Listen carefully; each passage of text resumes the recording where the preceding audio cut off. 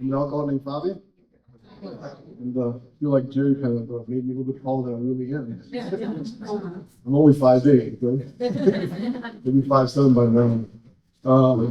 But I want to thank everybody for being here. And this is such an, I was telling Zippy Ross just a little while ago, what an amazing event this is. I'm always amazed by alcoholics and what we can accomplish together. I mean, like, if this was a typical Saturday morning waking up after a hangover, right? And could you imagine what this room would look like right now? I mean, we'd be fighting over who's got the last beer in the refrigerator. And if there's a cigarette in a beer bottle, who cares? That was my life, right? My sobriety date is February 10th, 1989. I was 21 years old when I got sober. I was legally able to drink for about 6 months, and that was enough for me. I started drinking and drugging when I was about 11 years old. And there are drugs involved in my story, guys, so if you're a pure alcoholic, you know what I mean, I apologize, but you don't have to go through drugs just to figure that out. The rest of it did it for you. Still the same result. And so what happened with me was when I was about 11 years old, my brother pulled out a bag of pot. And he says, "Hey, do you want to try this?" And I said, "Doesn't that stuff kill you?" Because I remember like those after-school stories on ABC, whatever that station was back then, Channel 7. And they would show these people like jumping off buildings from smoking something. You know what I mean? I said, and he says, "No, it won't kill you." And I said, "Okay." And that was the only time I ever resisted anything for the rest of the 10 to 12 years I have after that. So for me, I think it's really important for me to acknowledge also the fact that my drinking and drugging, being born in Pakistan, being born a Muslim, had a very conscious effect on me. Because I did not drink for about 4 years. Because I was told like alcohol is not kosher, right? But as far as I was concerned, pot and speed and everything else was kosher. And I was okay to do those. And then the moment happened, I'll never forget it, it was at a toga party, right? And everything happens at a toga party. Like, it's gonna happen there. And I was at this toga party, and I started drinking, and it was like the planets just aligned. You know, it was like I was not down by the creek, hiding in the dark with a bunch of guys smoking pot. I was in the toga with the cheerleaders, the football players, the smart kids, and everything was just like everybody was just loving everybody. And I was like, oh my God, I finally fit in. Right? Because the problem was that my entire life, I never fit in. I never belonged. And I looked at my skin, I looked at my religion, I looked at my culture. I knew that there was a reason why I didn't fit in outside my house. Over the years, I began to feel like I didn't fit inside my house. I didn't feel like I was part of my family either. So all these things started happening. Alcohol and drugs became that mortar for me. I was able to kind of keep everything together. Good enough, right? Now, my drinking had a lot of fun moments, guys. I always hear this thing that says I wouldn't trade my best day drunk for my worst day sober. I'm 30 years sick sober, and I can't believe that line. I'm not there yet. Maybe another 36 years I believe it. Because my best day drunk was really fun. That's why I stayed out there. You know what I mean? I was like, I was living a dream. I mean, and so some days I always wonder about those dreams. But for me, I think my drinking really came to an end abruptly, but came to an end when I started dating this girl that was in AA. So kind of the reverse in that we were both drinking, but she was going to AA meeting, but she was still drinking. And she would run inside the meetings and get her court slip signed, and then come right back outside while I was in the parking lot. And I remember it was cloudy, smoky rooms, you know what I mean? And I could see from the outside, and I would just look inside, and you guys look so miserable inside the smoke-filled room. I felt so sorry for you all. Like, what's wrong with these guys? They can't handle the drink. You know, and she'd come outside, and that would happen. And about a year of doing that, something strange started happening, was that she put together 30 days of sobriety. Didn't drink. Then she got 60 days. And then she got 90 days, right? And then she started coming back with saying stuff like, They say if I hang out in a barber shop, I'll get a haircut. But I'm like, who's they? I gotta talk to Dave. And she started having these friends that were not drinking and drugging like I was, you know what I mean? And they would look very odd to me because I was in a daze and they were not. And they were still going to the concerts and they were still having these good, and I couldn't figure out how they were doing this. And I was sure that somewhere along the way there was this leader of AA that was leading everybody to some kind of really crazy ending. I kind of made that up in my mind. About 6-7 months into it, she said, I think it's time for us to break up. And I was like, no, I'll get sober. Get sober, it's easy. I can do this any day of the week. Watch. You know what I mean? Again, the thing, though, this is the truth, right? I really meant it. I know it sounds funny, right? I really meant, like, okay, I'll give it up. It's really not that big of a deal.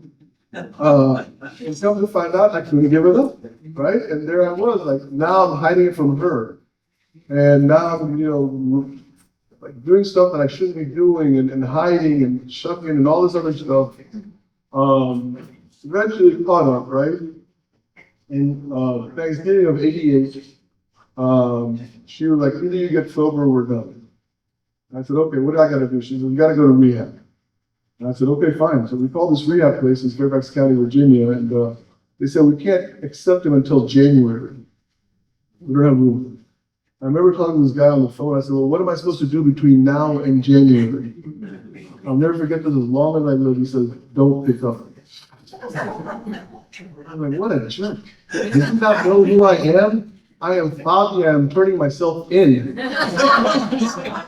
I'm giving you guys Fobby. You not understand this. There's Bono, there's Cher, there's Fobby. You haven't.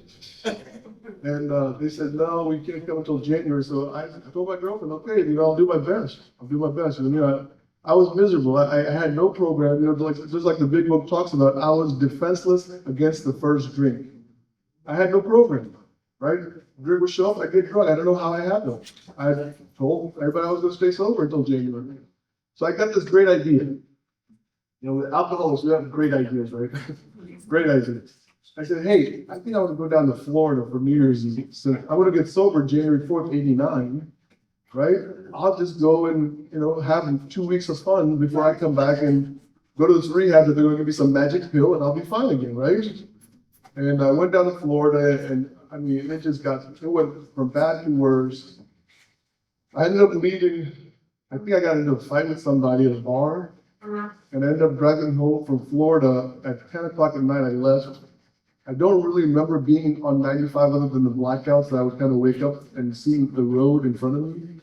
I felt the hills. I don't know if they were actually hills, but it felt like I was going down this hill that was just never ending, and I was going up a hill that was never ending. I was like, where's my home? And it was, I just thank the Lord that I didn't drive that night.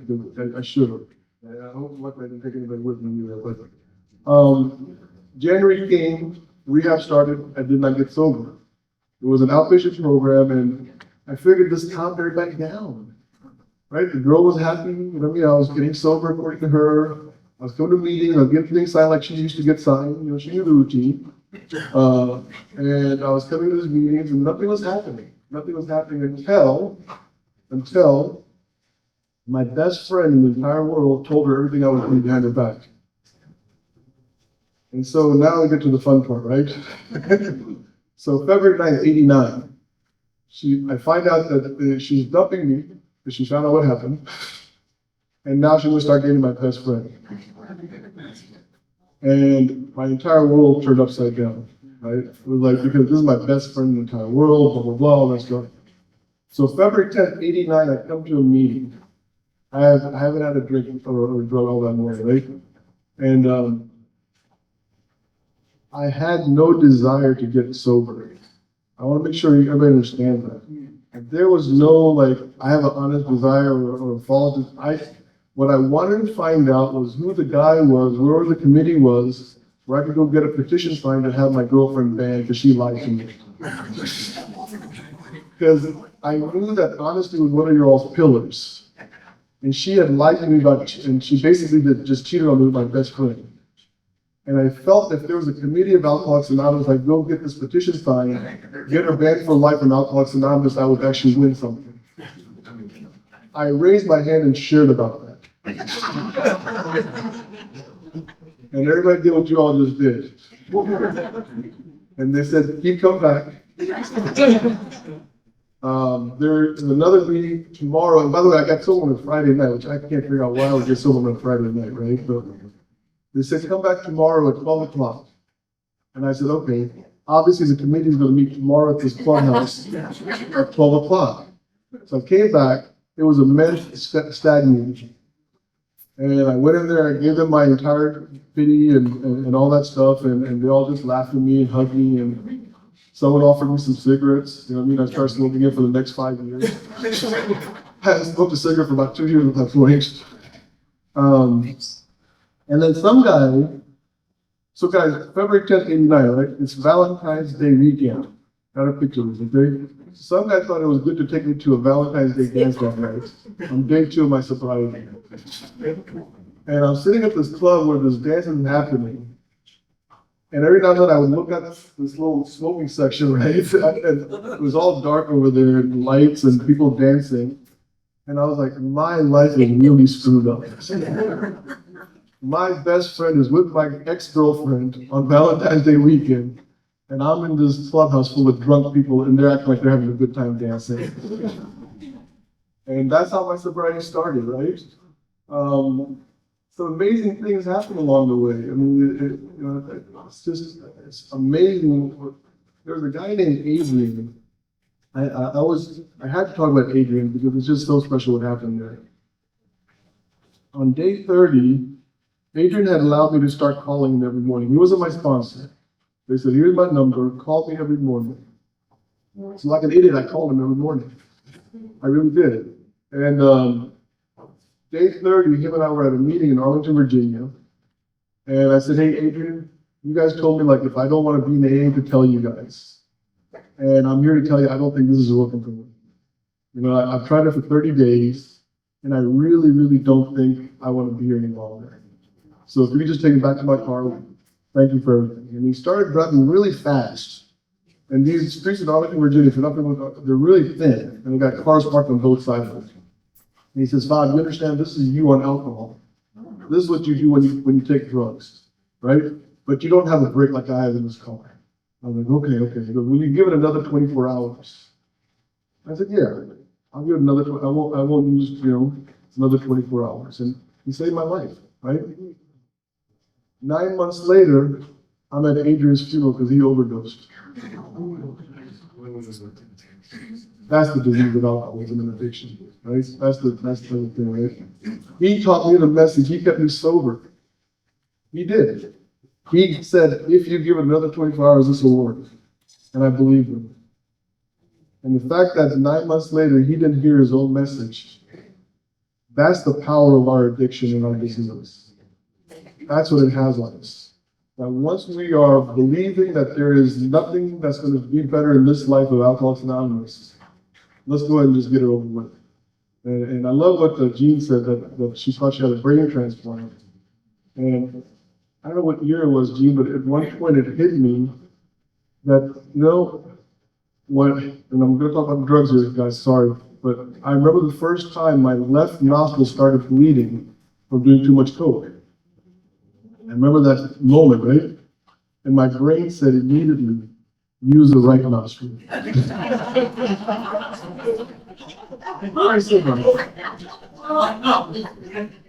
We're not stopping. Just use the right nostril, man up. And I was sitting in the meeting one time, and that memory came back and hit me. I was like, I never got a new brain. That same brain is still sitting in between my two ears.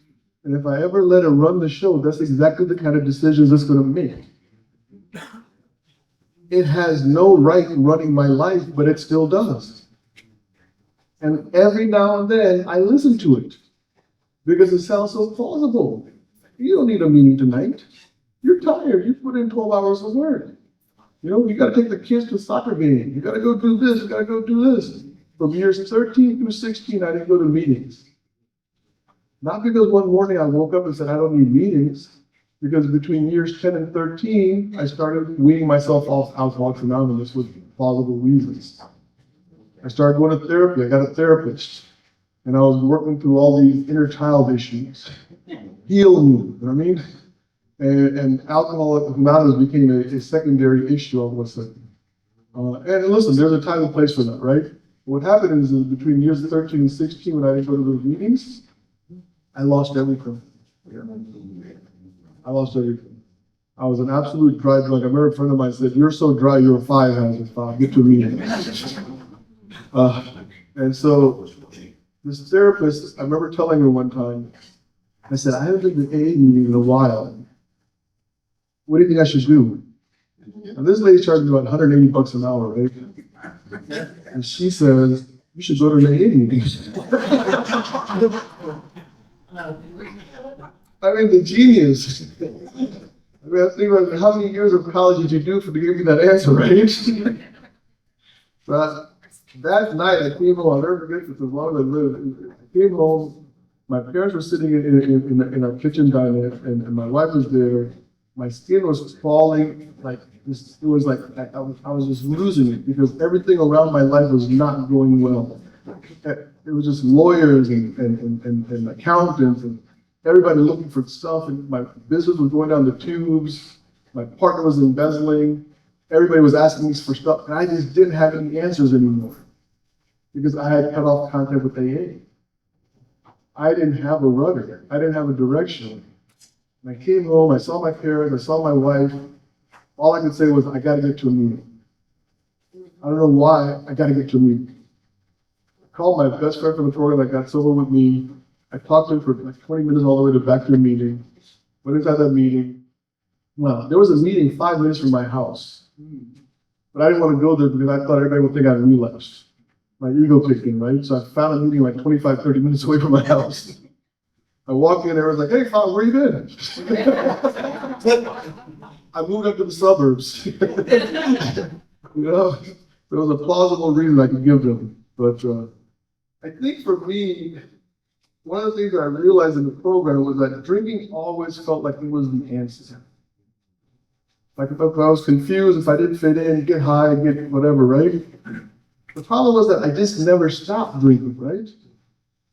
I can't explain this. I know non-alcoholics will never understand this, but there's a point of being drunk where you lose bodily control and everything feels rubbery and like you're just kind of like hanging off with your life. I wanted that feeling 24 hours a day. So I didn't want to feel anything. I didn't want any noise in my head. And I remember coming home back from Georgetown with a bunch of buddies of mine. And I got that feeling, but it was about 2:30 in the morning and it started dissipating. And I remember lighting up a bowl of pop and smoking, and my friend looked at me and goes, "Why? Why? What are you doing?" I didn't have an answer for him. Couldn't tell him why. It was like, because I'm awake. Because I haven't passed out yet. You know what I mean? I didn't know what to tell him, right? I just had no answer for him. Those are the things about being an alcoholic that people just, I don't think will ever get that feeling. Waking up in the morning knowing that last night I promised I wasn't going to get drunk. And now also I'm like staring at myself saying I did it again.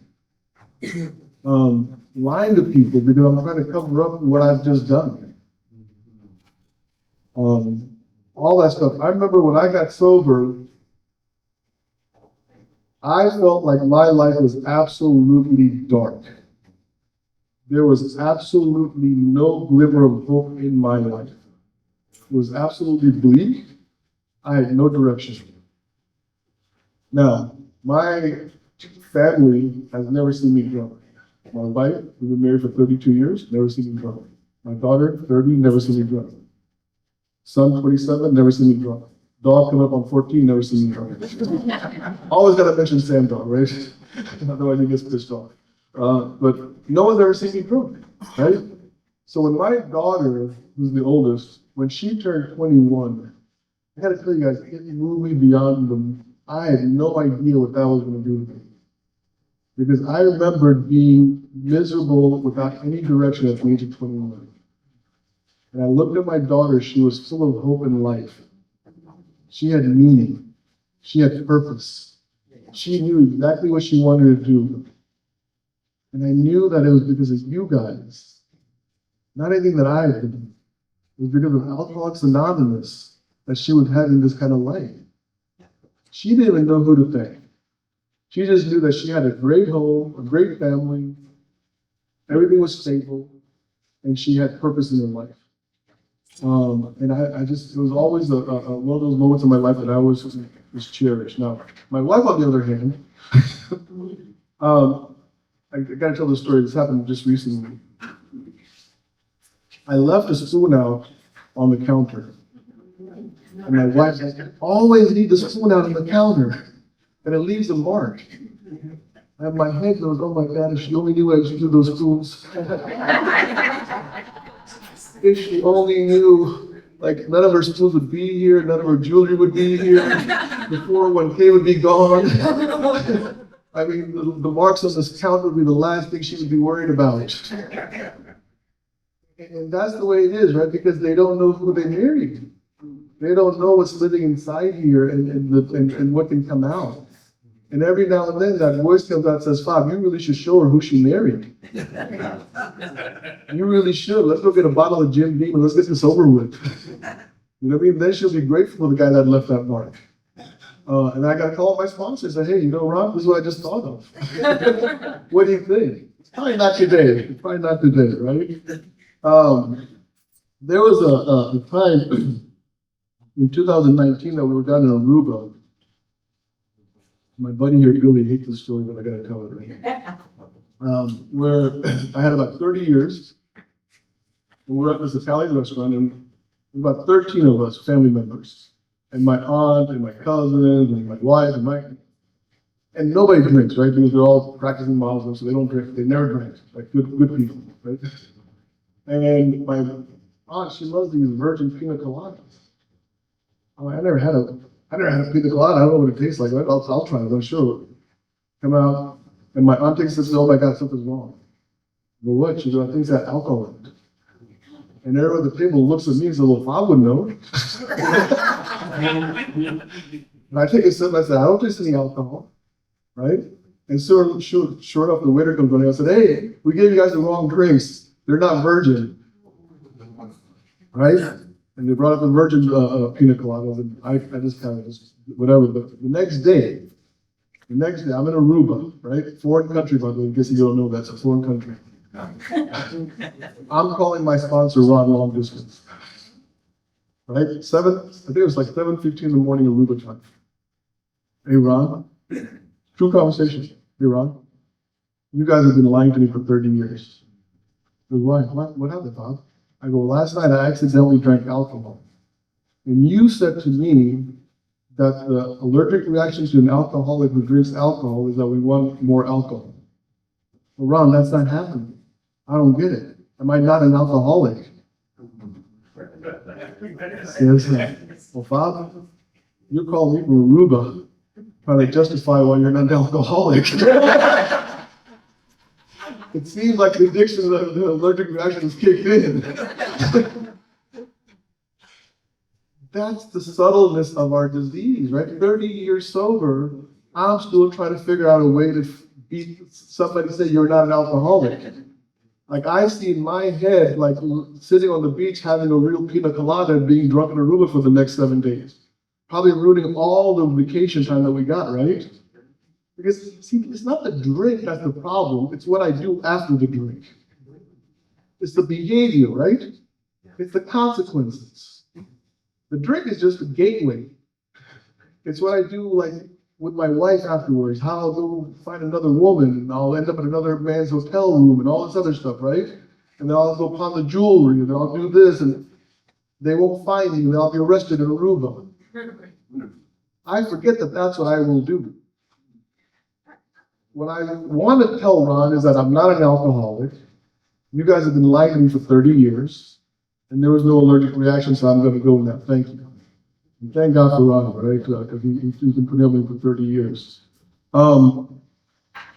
Said something else that I want to make sure we all talk about, which is, he says, Bob, when you read how it works, so there's a section in there, and it goes like this. Remember that we deal with alcohol, cunning, baffling, and powerful. He says, Bob, which is the most important word to you? Thought about it. I said, that one I think has got to be cunning, right? Because here I am 30 years sober, and it's sure is cunning right now. And he says, no, Bob. It's remember. Remember that you're an alcoholic. Never forget that you are an alcoholic. I don't care how long you've been sober. I don't care. I don't care how many books you've written. I don't care how many podcasts you've done. I don't care where people pay you to come and speak. You are an alcoholic. If you put alcohol in your body, the allergic reaction will come to fruition. And that life that you ran away from will be waiting for you, guaranteed. It's been proven time and time again. Recently, I met a lady. She got sober at 21, same age I did. After 4 years of sobriety, she decided that she was too young to get sober, which I had been thinking of. And she went and got drunk again. 3 years later, she was back in AA. I walked up to her and I said, "Thank you so much. Because you just did what I was always wanting to find out if I could do it.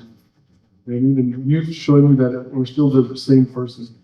Like, you go to these restaurants, right, with all these business guys, and they're like, the waiter says, well, would you like to pair your steak with a drink, a wine? Here's what we suggest to make. But I never paired my wine with a steak. I was drinking cold duck.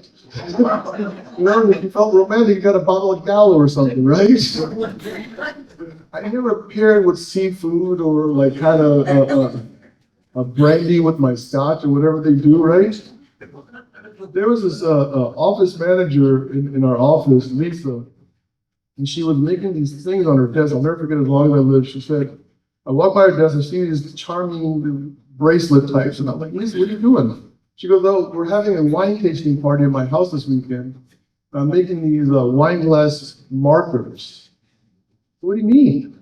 She goes, what it is you put these things around your wine glass, so when you put your glass down, you know which one is your glass. Why would you put down a glass that's got wine in it? I mean, and if it's empty, who cares who takes it? I mean, it makes no sense to guys like me, man. Do you have one big enough for the bottle? I need like a necklace type thing. The bracelet's not going to work for me, man. That's the way my mind works. I know how my mind thinks. My mind is not designed to have this social drinking. I mean, I know somewhere in the literature says one day science may come up with that, right? I don't want the pill that gets me to get one drink. I will walk around nervous and tense. I know what that one drink and feel and acting like I can drink one drink makes me feel like. You feel like you're coming out of your skin. You're like, where's the next big bottle? How can I get numb? You know what I mean? If there was a pill that says, hey, Bob, here's a pill you can take and you will have no consequences. Now we've got something to talk about. No consequences pill got my attention. But not being an alcoholic pill has no attention because I don't want that feeling. I know what that will do. It will drive me bonkers. Listen, guys, I think we're coming to the end here. I can't see the clock, but I think we're coming to the end. I know that Zippy said he wants to eat at 11:30. He was really adamant about that. And I don't want to find out what happens if you test him. You know what I mean? We were at the dinner last night, and I was pretty impressed with him and Ross because these guys can eat. They're a couple of years ahead of me, and I was having like a little chicken salad. These guys are eating meatball subs and stuff. I'm like, geez, I felt like a little wimp. One thing that I love about AA, right, and I gotta say this, right, is we are the most amazing people, most amazing. And I used to have a sponsor named Tom who used to say this, that the most talented, loving people walk through the doors of Alcoholics Anonymous. And I said, what do you mean, Tom? What is that? Because once you take the alcohol and drug out of us, Like anything is possible. Anything. I wrote an Amazon bestseller last year. I had no idea that was possible to do that. I would have never written an Amazon bestseller. This year I sold a software to another company that I designed with another friend of mine. I would have never designed a software if I was still drinking drugs. The talent, the amazing things that we can accomplish in Alcoholics Anonymous once we remove it, just beyond. So if you're new to this thing, it's like they told me, I mean, it's like you can do whatever you want as long as you don't pick up that first drink. Thank you, let me share.